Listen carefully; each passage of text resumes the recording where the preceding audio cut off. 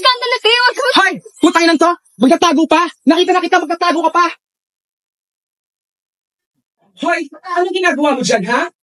Trisha, bakit? Anong bakit? Asawa ng may asawa, kinakalantari mo?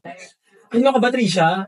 Kaya nandito si Nico kasi nagpatulong ka pinto na yung parlor. Bakit? Pinto ba yung asawa ko? Kaya pa naging si Leonardo da Vinci yan. Eh, nagpas-pas kang makulay sa coloring book yan eh. Baka lang huwag ka paranoid. May tanong ako. Prangkahin mo. May relasyon ba kayo ng asawa ko? Relasyon? Relasyon. Kirida, kabet, mistress, number 2 relasyon. Trisha, Huwag ka mga Trisha. Ang tanong ang sirting mo, are you fucking my husband? saglit. Di ba dahil yung sa pelikula ng kamukha ko? Nakitiga ko na eh. Huwag ka nang magmanilis. Magmamanilis ka pa. Punyeta naman, bakla. Ubusin mo ba lahat ng linya ni Marcel Soriano dito? Saka mo na. Ayaw mo. Utak.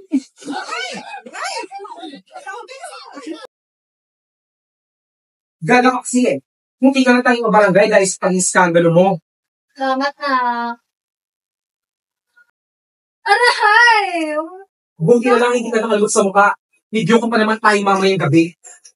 So kasi, kuda ka ng kuda. Nalalaman ka pang, huwag mo ako matrisya-trisya. Sus! Ante, hanggang doon ka na lang, te? Dadakdakan mo na yung ahas na yan?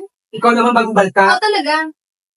Kaya nilusob nyo, Ninang. Ay, ginawa kong pansigag yung dede niya na.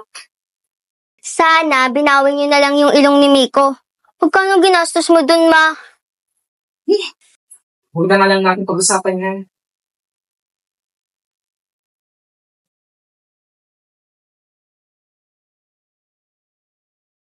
Hayop na yan.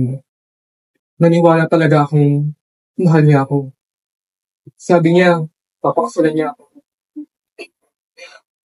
Pero, Ma, di mo naman siya mahal eh.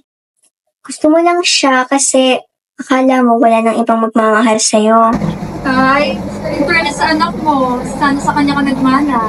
Pinagsabi mo dyan, ang bata-bata mo pa. Ano bang alam mo sa pagmamahal?